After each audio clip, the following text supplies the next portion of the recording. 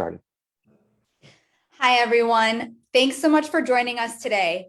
Today, you will be hearing from students, advocates, and attorneys about a landmark education lawsuit being filed in the Supreme Court of the state of New York. My name is Sarah Medina Camasholi. My pronouns are she, hers, and I'm the founder and co-chair of Integrate NYC, the group that is the lead plaintiff in this lawsuit. Before we get started, I want to share some instructions on how our call will go today and how we will create a space that honors student voices. First, you will be hearing from several people involved in this case.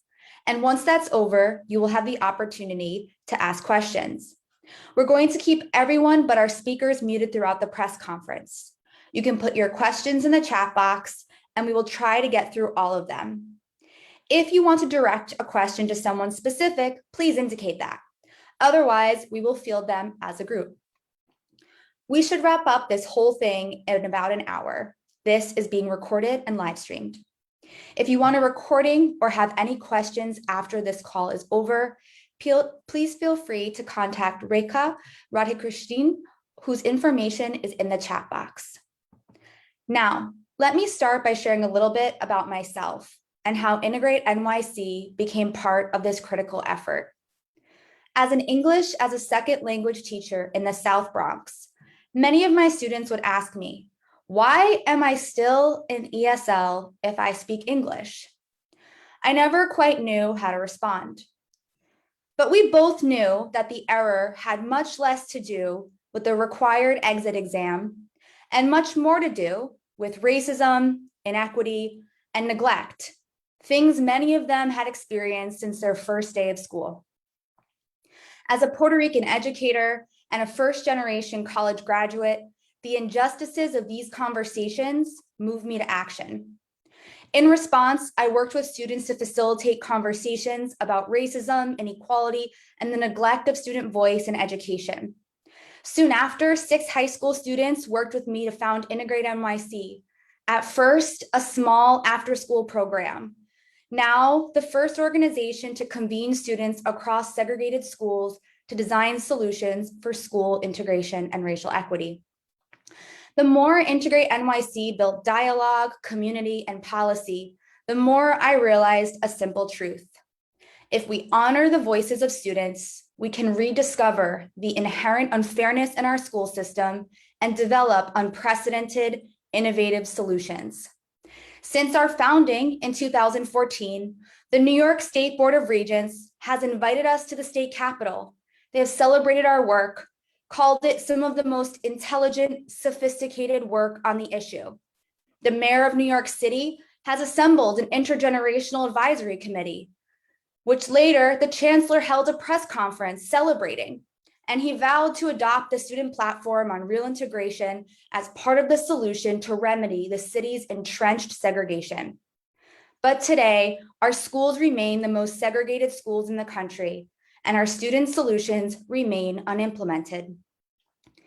If we do not act to ensure that we honor the student leaders' call for an anti-racist education, they will take 2 lessons with them in life. 1, racism is acceptable, and 2, your voice does not matter. This lawsuit challenges a racial caste system in the New York State public education system and asserts the rights of students under the New York State Constitution to an education that identifies and dismantles racism. This lawsuit invites us to build a new future where youth guide us to build schools that heal, that liberate, and that educate our communities. Before we begin, I would like to especially thank the Integrate NYC youth community legal workers who have made this possible. Annette Naranjo, Yana Kalmaika, DeKayla Wilson, O'Brien Rosario, Miriam Salmanova, Josie Sierra-Ingal, Kyla Anderson, and Isaac Gearwood. Now I invite our next speaker, Mark Rosenbaum, to share his remarks. Good afternoon, everybody. Thank you, Sarah. I also want to acknowledge your work and the work of the community legal workers whom you have identified. For the past 7 months, Public Counsel and other counsel have worked with you. You have introduced us to the injustices of the New York school system. You have inspired us that solutions are not only available, but they are possible. Nearly 70 years ago to the day that Brown versus Board of Education was filed, public counsel, the law firm of Sidley Austin LLP, Ben Crump, and professors John Powell, Gerald Torres, Martha Minow, and Evan Kamaker have filed this morning the first lawsuit of its kind in the nation to secure for the children of New York City a constitutional right to an anti-racist education as an integral part of a sound and basic education. We bring this case in New York City against the state of New York, the New York State Board of Regents, the New York State Education Department, and the New York City Department of Education, because as you said, Sarah, New York City schools are among the very most segregated in the United States, and because the New York City school system is a dual school system with separate and grossly unequal schools for Black and Brown children that would not pass the test of Plessy versus Ferguson. The theory of public education in the United States is that the schoolhouse is to be the site for inculcating core democratic and cultural values. This is so in order that children learn to respect the identity and worth of every other child, and that then those values be launched into adulthood. Racism is the original sin of our nation. Racism thrives in New York City through its school system, one that denies children of color a fair opportunity to receive even a sound and basic education, that they may achieve their dreams, better their circumstances, and become full participants in our political and civic institution. An education that is not anti-racist, like the education in New York City, is an education in name only. It is one that perpetuates a caste system, reproducing and legitimizing racial hierarchies.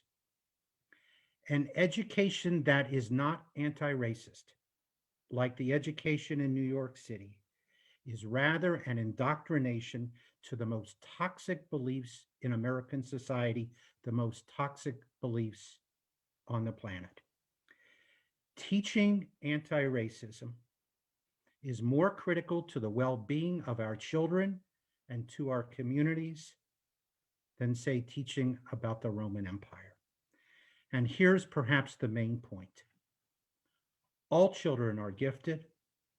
All children are talented. Every parent knows that. Every New Yorker knows that. It's why we build those schoolhouses, and it's time that the elected officials of New York City and New York State learn that fact too. As has been known for decades, the New York City public education system has been suffused with and perpetuates forms of racism that have been intended or willfully ignored and tolerated through the years by its elected officials. Here's some of the ways that's been achieved. First, schools overwhelmingly attended by Black and Brown students deliver unacceptable outcomes. They are physically run down. Even former factories with vermin-infested and overcrowded classrooms utilizing textbooks and other teaching materials that are outdated and dilapidated. Second, by maintaining a racialized pipeline to the city's schools of prime educational opportunities, including its gifted and talented programs and its screened middle and high schools, they exclude students of color, in part by relying on standardized racially discriminatory tests that fail all professional standards, that have never been publicly validated for admissions purposes, and that reward access to expensive test prep courses to teach the tricks of taking these tests. They begin for children as early as age 4, and they are already filtering children into segregation at ages 4 and 5.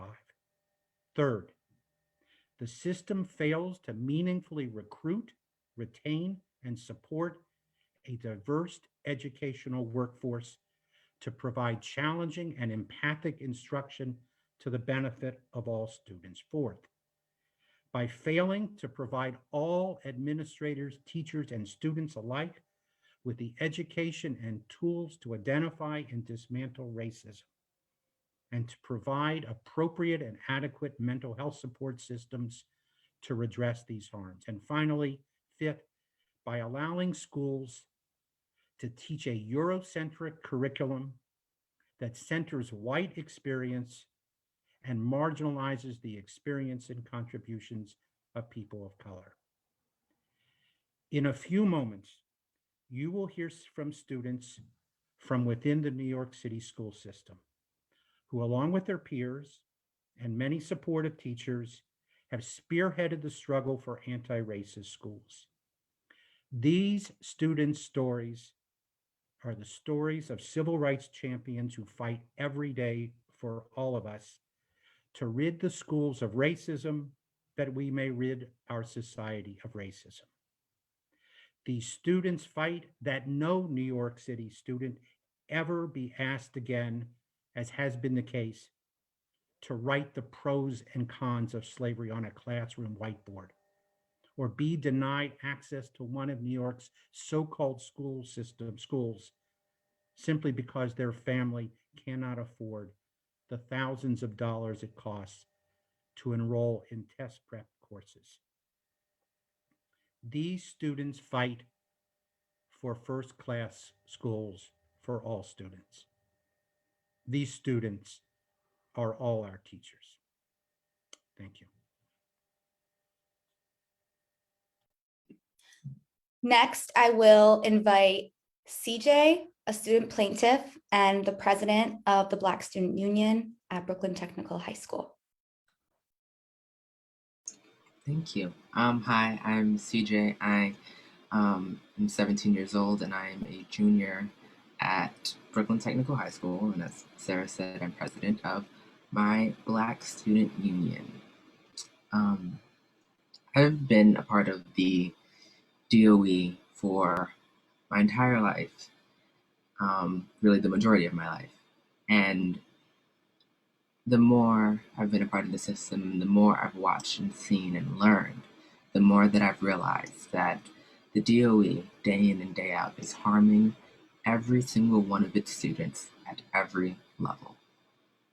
I began in elementary and middle school going to an all-Black charter school in Bedside, where I was the only one out of my peers to get into a specialized high school, primarily because our school didn't offer the resources for test prep, and we didn't have the thousands and thousands of dollars that most of the students in our specialized high school today get in order to get into these schools.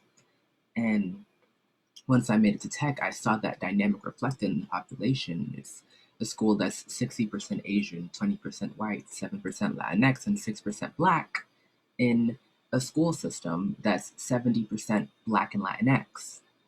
So there's a clear disproportionate relationship there. And when I got to tech, I thought, oh, I've made it. I've gotten into a really good school with I'm going to get a world-class education. It's going to be great and amazing. And from day one, I realized that that was not my reality.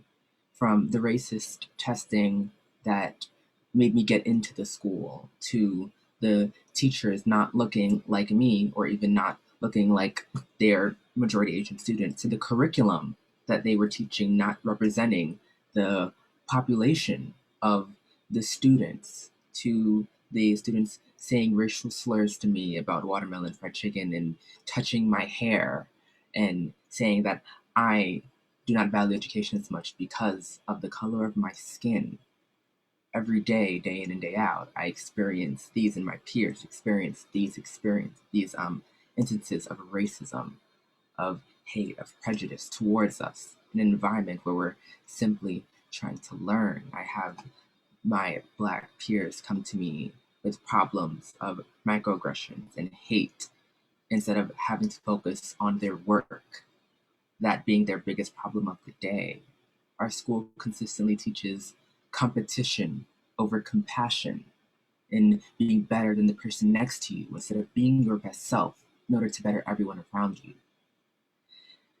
And even if you look at things like the resources of my school, we have an aerospace simulator and 2 gyms, while some schools barely have running water and can barely afford to buy books for their students. And every day, this environment, it chips away at you for years and years and years, and it makes you numb. And from there, you see that everyone at every single level of this system is being harmed, even us in the top in going to the best schools, to those in some of the worst schools experiencing this kind of hate in different ways. And the DOE has known about these problems. A few years ago, my school had a movement called Black in Brooklyn Tech, where we advocated for a myriad of changes in order to create a more inclusive environment. And our school promised to do better. The DOE has consistently promised to do better for all of its schools and consistently has come up short. And if you think about my school being one of the best schools in the city, and this is the way that I feel, imagine the way that every single student in the DOE at every level is feeling compared to me. They must have it so much worse.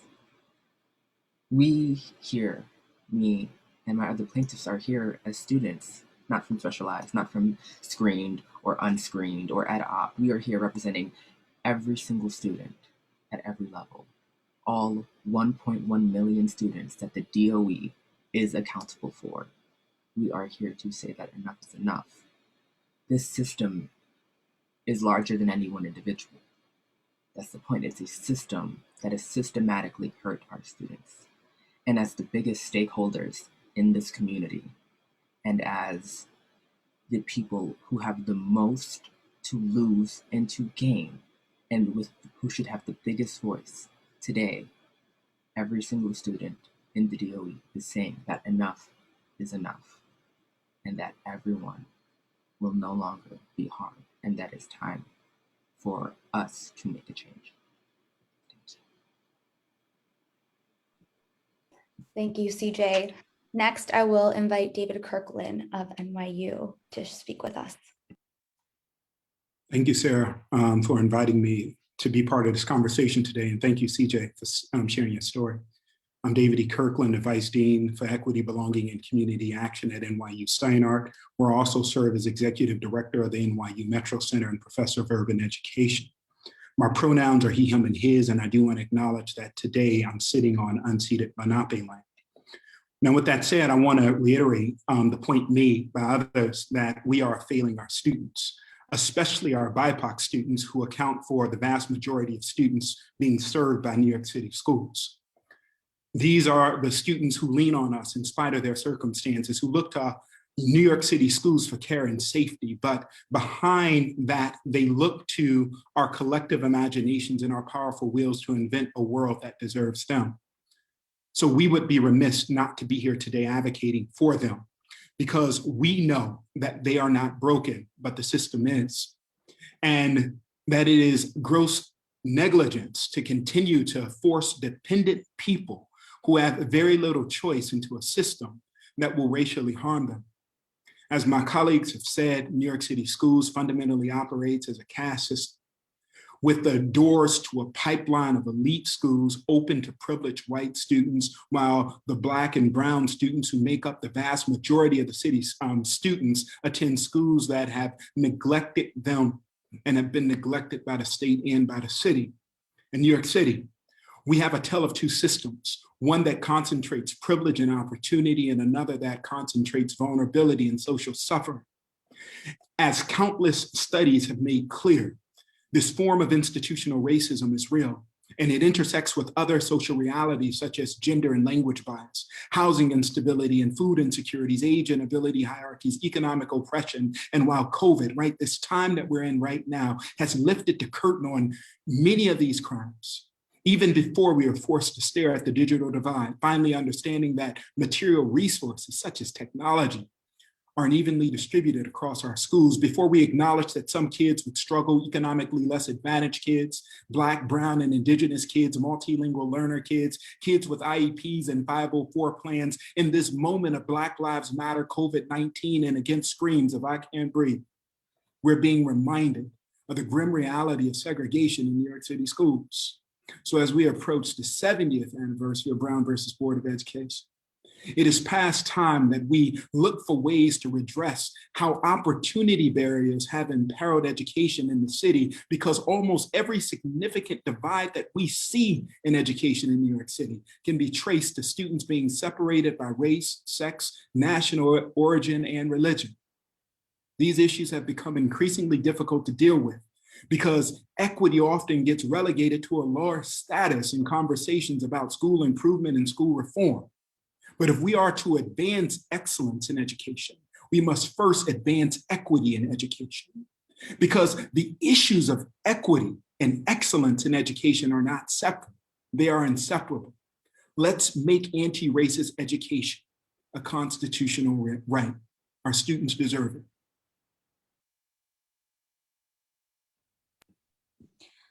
Thank you, David. Next, I will invite another student plaintiff, Jesus, to share his remarks. Thank you, Sarah. Hi, everyone. My name is Jesus, pronouns he, him. I am a senior currently, and my story starts within when I was in pre-K. That was the first time I entered the New York City public school system. I grew up in a Black and Latinx neighborhood, right? So I grew up with a lot of Black and brown folks, right? That's all I saw. And then my first time going to elementary school was the first time I ever seen a white person, right? I grew up in a neighborhood where there were no white people, but school was the first time I saw a white person, right? A school within a predominantly Black and brown neighborhood, and yet no, with no white people, yet they were the ones teaching me, right? So at the first, right, it was already a disconnect, right? I was born to a family of Mexican immigrants, and education was always something my mom always forced upon me, right? She was always like, get an education because it's good for you, right? But growing up and navigating the school system, I kind of felt like education was the thing that kept me away from the dream my mom wanted for me, right? The first time I really seen racism within my entire experience was the first time I took an exam, right? These New York State exams I was taking starting from third grade, right? I remember I performed horribly on them, right? I remember I got high 2s probably on the math and high 1s on the reading, right? I was never able to read well, right? All my grades were always, sometimes 1s and 2s. If I got lucky, sometimes 3s, right? And then it kept going like that, right? And it wasn't just me, right? My story is not unique. It's a story that's shared among many Black and brown kids, right? None of our stories are unique, right? This is literally a shared lived experiences that all me and my comrades here who are here today and other of my friends literally share, right? And I remember the first, and standardized testing was always something that stood out to me because I always performed horrible on them, right? Just to later discover that those standardized tests were never made for me, right? If you look at the history of standardized testing, it is literally rooted in racism and rooted in eugenics, right? The idea that, intelligence and certain traits are literally passed on from generation to generation, right? And these standardized tests are in the name of literally creating racial hierarchies, right? Literally in the name of creating a racial hierarchy where it maintains white supremacy and it maintains Black people at the bottom of the hierarchy, right? And in doing so, it is also affecting people who are not white, right? People like me in doing so, right? And I grew up thinking, these standardized testing that these schools literally pushed onto us and have been built around have literally made me think that I myself was unintelligent, They made me think that I myself was not smart. They made me think that I myself am not capable to get to where I want to be. But it's all because these standardized tests are literally used to target people like me. They're literally used, and not just me. Don't get it twisted. It's not just me. It's also my friends. We've had conversations laughing about that. But there is some trauma and there's literally reality to it, that we ourselves are literally have experienced the trauma of these standardized tests that make us think that we're inferior, right? When they were literally created to make us think that in the name of white supremacy, right? And not just standardized testing, right? Standardized testing is not the only example of literally racism, right? Even within the curriculum, I never learned anything about my Mexican heritage. Heck, nah, they assimilated me. I hated being Mexican. I was ashamed of it. I wanted to be American. That's what it meant, right? And I always associated American with whiteness, right? Getting away from my mom's food, right? And all these things, right? They made me think that, they made me wanting to be ashamed of my culture because I literally only saw white, Euro westernized history and even literature by white people, by white authors. That did not speak nothing to me. I grew up in, there were broken down houses, underfunded schools, a lot of policing. A lot of police would patrol the neighborhoods, right? And it didn't reflect not no white kid who lived in the suburbs reflecting my own lived experience. No, it didn't, right? And that's the only thing that was taught to me. And not even that, but within the curriculum itself, right? When there was time to teach my history, it was only colonization. It was only the colonization of Latin America from the Spaniards, right?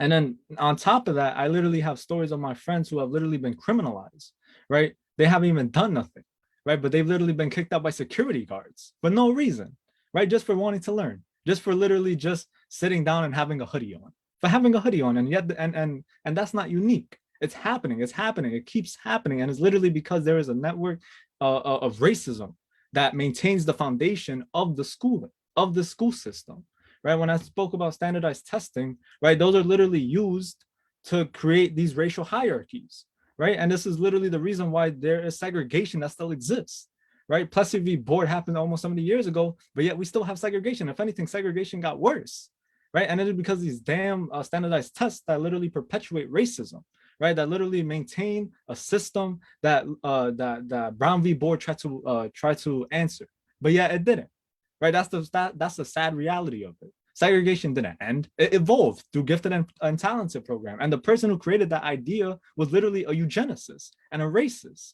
right? And then we ask ourselves, why is there segregation? Why are these schools, why are there only white kids here? Why are there only white and Asian kids here? And why are there only black and brown kids over there, right? Why is it one block away and yet there's a huge difference within resources? It's literally because it was made to do that, right? And I'm here today I'm here with my comrades, right, to bring awareness to this, right? Because it's not going to change, right? It's not going to change if we don't do nothing about it, right? And it is going to be us, youth. It is going to be us, the youth, who are going to lead that struggle, to lead the end of racism and within our schooling, and to bring about an anti-racist network, right? An anti-racist schooling education that teaches us how to change the conditions that we grew up in, that I grew up in. That's the type of education that I want, to be able to change the things that I see, that I grew up watching, right? Thank you. Thank you, Jesus, for sharing so deeply. I'm now going to pass it over to Amanda of Public Counsel. Thank you, Jesus, and good afternoon, everyone. My name is Amanda Savage. My pronouns are she, her, and I am I'm an attorney, with Public Counsel Opportunity Under Law. Today's lawsuit is the first of its kind to challenge the systemic racism that plagues New York City's public schools. Where else in the country does test preparation start as young as 18 months? What other school system allows public middle schools to interview 10-year-olds as if they were college students? What kind of system decides to keep an unvetted entrance exam that year after year excludes all but a handful of Black and Latinx students from the city's prime high schools?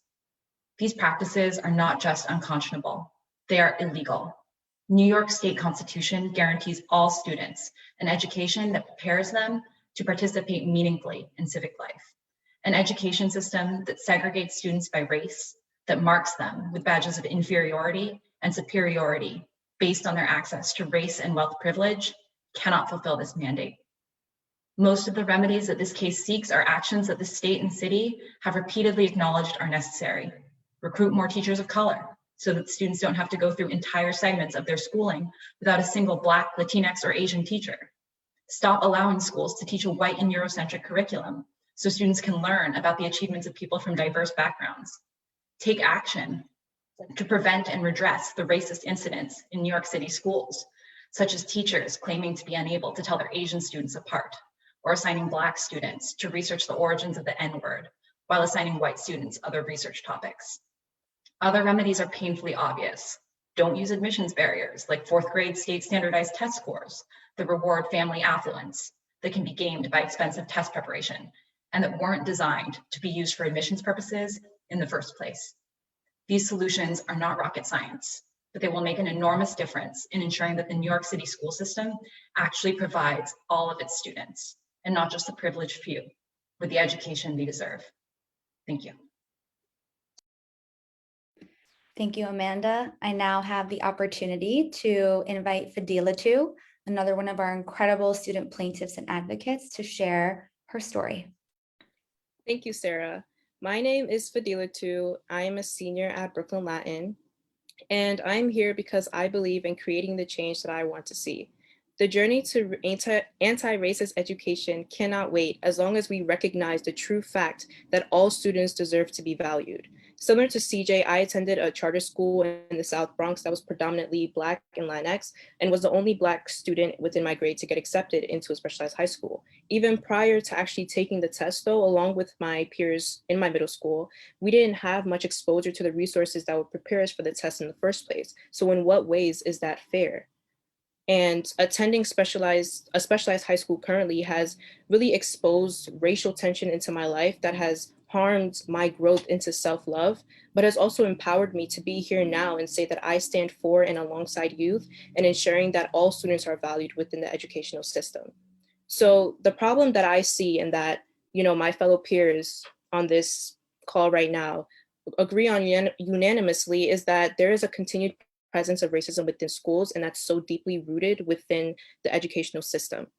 And, you know, experiences like having my name being called weird by non-Black students, being called racial slurs, and witnessing other fellow Black students being called racial slurs. I had the experience of having a non-Black student come up to me and another Black student and tell us that, you know, they were surprised that we were doing well in a certain subject. And these microaggressions and instances of racism create an environment that does not respect the experiences of minority groups, does not respect the fact that all students deserve to have an education that allows them to grow, instead harming students' self-worth like it did for me. And something that I think really stands out about that experience specifically is the response to racist instances within schools, right? Whether it be them not really addressing it at all, or when it is addressed, the response to it not really amounting to the harm that is caused to the victims of those attacks. And so I would also credit the racial tensions within schools to the system of meritocracy that is so present within the educational system. And so I'm also here to challenge that system and ensure that it no longer plays a role in the racism that is so deeply rooted within our systems. So this is definitely exemplified in high stakes testing, knowing that I could have been points away from usable textbooks, points away from having metal detectors in schools and like a large police presence. You know, the fact that high stakes testing serves as a make or break factor in what students deserve within schools is harmful to students' self-worth, especially for that of minority students who are largely neglected by the system. And the fact that this connects so largely with resource inequities that we see across the city challenges what it means to value all students, truly value all students, not just, you know, giving textbooks, but like actually recognizing that there's a gap between what is provided for white students and what's provided for minority students, and that gap needs to be closed. And so I believe that the system of meritocracy makes for an environment that fosters a superiority complex, knowing that I see students that look like me usually being in schools in low income communities, right? Where they have to go through metal detectors and such, right? Compared to white students who don't have those issues. That creates a superiority complex that only continues to pit students against each other and does not allow us to progress as a society in terms of unlearning the prejudice and the biases that still plague our society. And truly, as a within our education, is more than just learning math, English, science, those basic core curriculums. It's about like really valuing each other and the contributions that we can have in society. And currently that is not what we see. So ultimately what I would say is, specifically as youth, especially on this call, the youth who are experiencing this educational system, right, directly, they're having these experiences. I'm having these experiences. CJ's having these experiences, Jesus, and we don't stand out as like this unique group that is different from others. There are so many different students that go through the same things, and this needs to end. So our experience is the fact that we are in the school system and we experience these just makes our voices all the more relevant to the decisions that the people in power make on our behalf. And again, the journey to anti-racist education is one that cannot wait, because all students deserve to be valued. Thank you.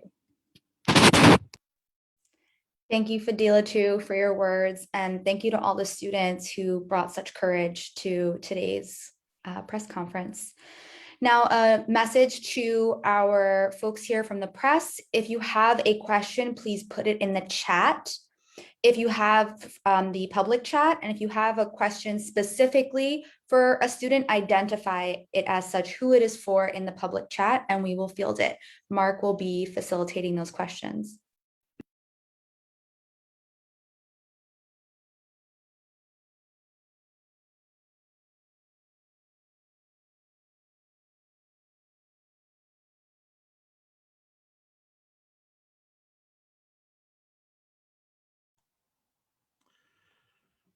I'm not seeing any questions at this time. Here we go. Is there anything in the New York State Constitution that makes the lawsuit particularly relevant to New York? Or could this be a template for lawsuits in other racially segregated school districts? Amanda, you want to talk about that? Yes. So I think the answer is both. So the New York State Constitution has an education article that guarantees all students a sound basic education, which is an education that prepares them for meaningful civic participation and meaningful economic participation. Other state constitutions have similar education provisions, and we absolutely think that all students across the country have a right to an anti-racist education. This is true whether or not their state constitution has an education article provision. We also believe that New York City segregation and this type of educational racism violates the Equal Protection Clause of the New York State Constitution and violates New York State human rights law. And many states have equivalents to those laws. That being said, we think that the system in New York City is a particularly powerful place to bring this lawsuit because of the egregious disparities that have been described by the students here today. Thanks, Amanda. There's also a question, are there any examples of this kind of lawsuit spurring a district to make significant changes in student assignment policies, curriculum, and teacher diversity? This is, as many of the speakers have stated today, the first lawsuit of its kind, the first lawsuit of stating that there is a constitutional right in a state constitution to an anti-racist education. I want to say regarding that, this suit is too long in coming. All of us are responsible and accountable for the fact that we are filing this case in 2021, when it could have been filed and should have been filed decades and decades and decades ago. Stating that, lawsuits like this have brought about change. They brought about change most recently in the case that Eliza Shapiro wrote about in her piece this morning in Detroit in terms of access to literacy. It has brought about changes in numerous school districts on issues of literacy, teaching English learners, unfair, illegal finance systems. But I want to say nobody brings this lawsuit lightly. Nobody wants to bring a lawsuit like this. These lawsuits are brought only when the political process fails. As David Kirkland says, only when the school system fails children.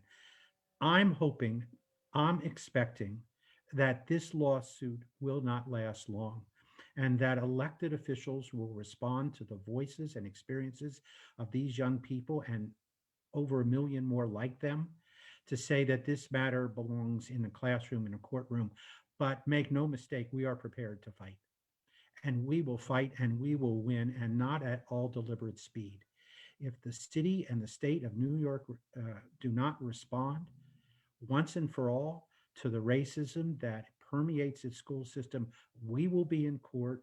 We will be in court soon. We will be in court with an all-star team of lawyers, and most importantly, with these students and many, many, many more like them, to tell the truth about what is going on in New York. It will be the ugliest case in the history of the city and state of New York, and we will win it. So it is up to New York how long this will take, but I can guarantee you this case is not going to linger, and these young people and so many like them are going to get what they deserve.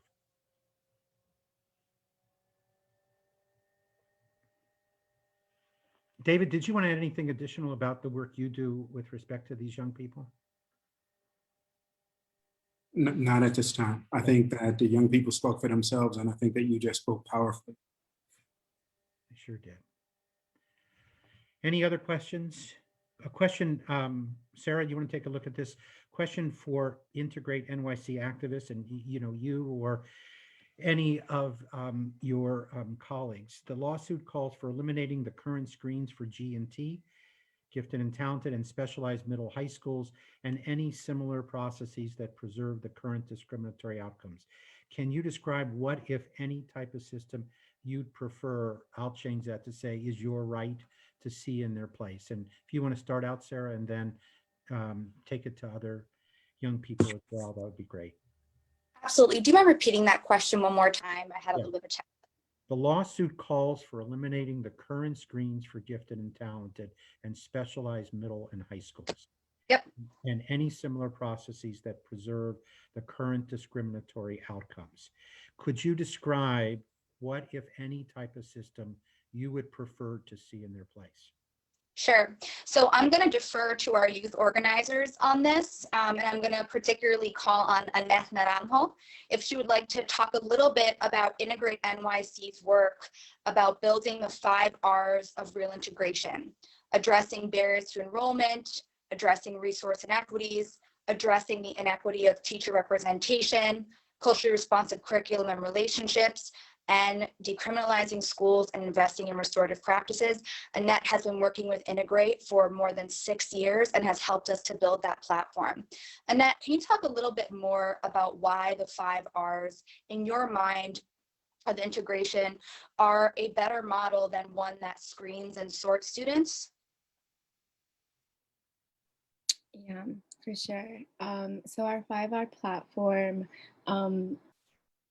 I think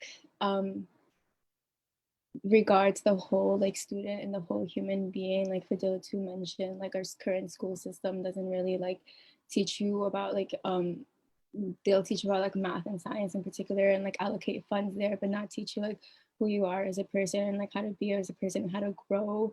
And Fadila too talks so beautifully about learning self-love and stuff like that. And the truth is our schools are often not the place where you learn self-love. You learn because of it, but not there's never any space for students to build healthy relationships and to have restorative practices that are not detention and suspension, right? So I feel the 5R platform, which is race and enrollment, resources, restorative justice, representation, and relationships, really take integration and do it holistically in an all around way.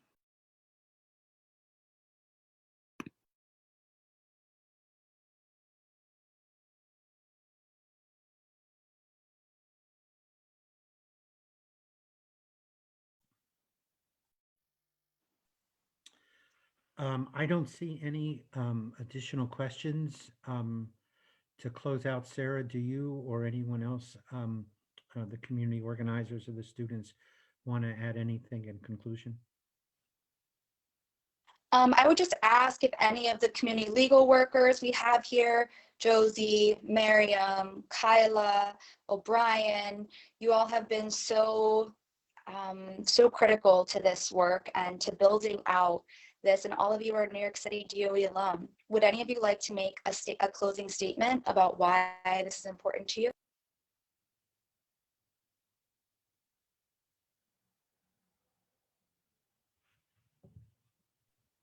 I'd just like to thank everybody for being here and thank our youth, the plaintiffs on this call who are current students, for sharing their voices, for sharing their stories, for allowing us to share in their power. It's been incredibly meaningful to be a part of an intergenerational team that's mobilizing for change in this state, in this city, and hopefully beyond. We know that segregation exists everywhere and that New York City is particularly uniquely culpable of allowing it to persist, of allowing it to fester in its city public schools. The young people on this call deserve better. Those of us who have already graduated deserve better. And I really, really hope that this lawsuit will bring about the change that is so desperately needed. And I'm so grateful to all of you for being here and sharing in this work with us.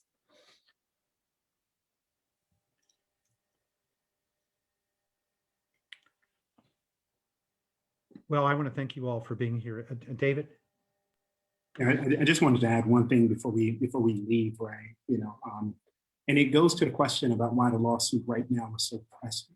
And I agree with you, Mark, that the lawsuit is well past overdue. We could have brought this lawsuit up, each and every year for the past, 50 years, in New York City and other places. And I agree with Amanda that New York, is a unique case in so many ways, not just because of the constitutional provision, but because of the uniqueness of segregation. You have a city that's touted to be the most diverse or among the most diverse in the nation, and yet, suffers segregation in its most extreme form, and that's to be noted.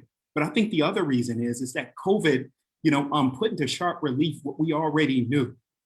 Before they began to disaggregate the data around COVID infections, by race, we at NYU Metro Center began to look at the maps, and we understood that Black and Brown communities and Black and Brown people were disproportionate when it came to infections. That we could just look at the city and we could tell, what was going on, what that story was. And now we sit at the precipice of a historical $1.9 trillion, relief package to be passed. And not $1 will be spent on integrating our schools. Not $1 will be spent on addressing the issues of racial inequity, which COVID brought into relief, that our young people are talking about right now. Now's the time, right? We have money, right? Like earmark money to go back to school. But to be sure, if you're Black and you're brown and you're a student in New York City schools, going back to school does not necessarily mean a good thing. It might mean harm. It might mean more danger, right? And so there is a responsibility, a collective one, especially when we begin to sit and look at the contradictions. $1.9 trillion invested without a single dime around racist education. Thank you, David. Again, I want to repeat Josie's words and thank everybody for being present. Especially want to thank Integrate NYC and the students who shared their experience for New York City and for the nation. It's a privilege to be among you all. We will continue to be here to answer any questions about the lawsuit. We look forward to the continuing conversation. Everyone be well.